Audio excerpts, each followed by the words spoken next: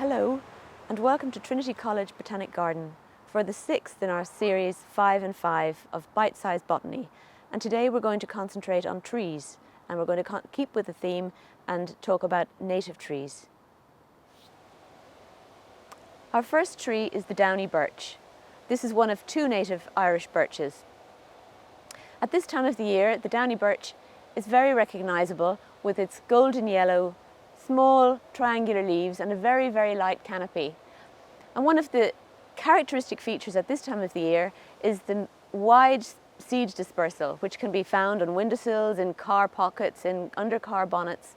And these are tiny, tiny little seed capsules with in a fleur-de-lis shape. So they're quite recognisable even though they are small. And this is the Downy Birch. The Downy Birch has also got a characteristic silver bark which peels a little as it matures, and it develops these sort of grey fissures in it which are quite typical of this tree.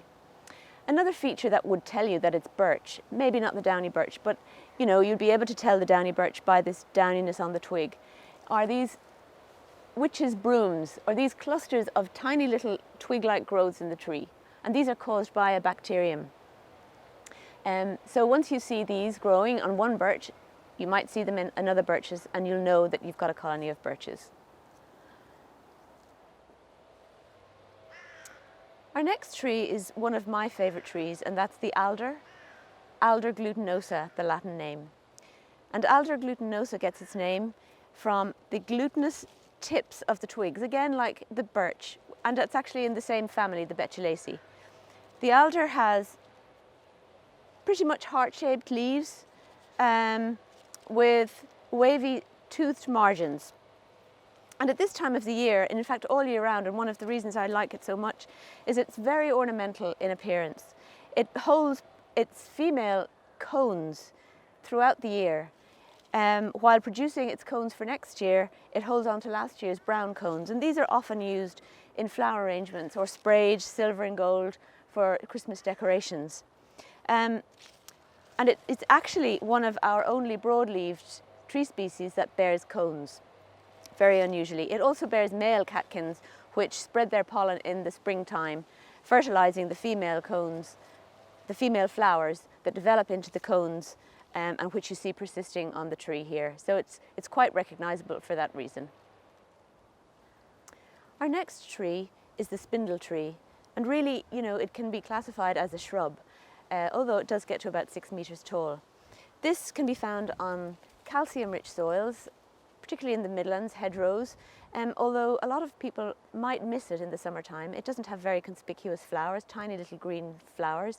It has dullish kind of green leaves with a long oval-shaped leaf with tiny teeth along the edges. But at this time of the year, its leaves tend to go brilliant shades of pink and orange. And its fruits are what's really striking about this. An unusual mix of pink and orange. It's got this 4-chambered fruit structure which opens up along its seams to reveal bright orange fleshy arils containing the seed. And the spindle tree has very, very tough wood and was used widely around Europe to make spindles and pegs.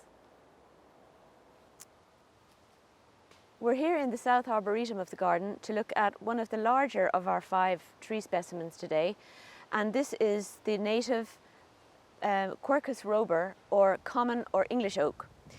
And this is a large, broad-spreading tree on a fairly short trunk. It's got distinctive lobed leaves, and its fruits are very iconic acorns. The acorns come on a long stalk, about 3 inches long, and this is how we tell this from the sessile oak, which has no stalk on the acorn. The leaf also, we can tell it's Quercus robur because at the base of the leaf, which has a very short petiole, it has 2 little lobes called auricles.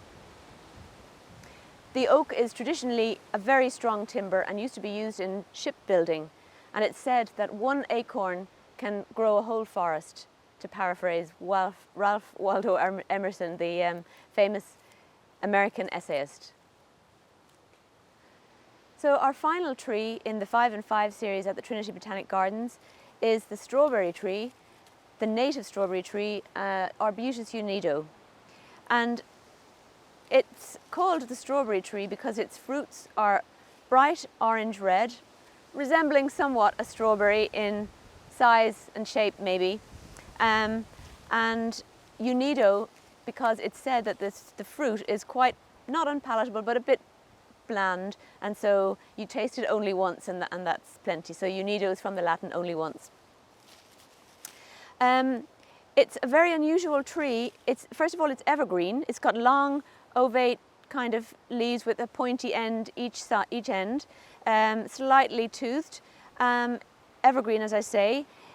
Its fruits take a whole year to mature, so that when the flowers are on the tree, and they flower around autumn time, autumn into winter, the previous season's fruits are still only ripening at this stage. So it takes a full year. So at all times you've got well, in the autumn you've got flowers and fruit, and at all times you've got interest on this tree. It's a very pretty tree. It's native to the Mediterranean, and only the regions around Killarney National Park, Sligo, and Cork in Ireland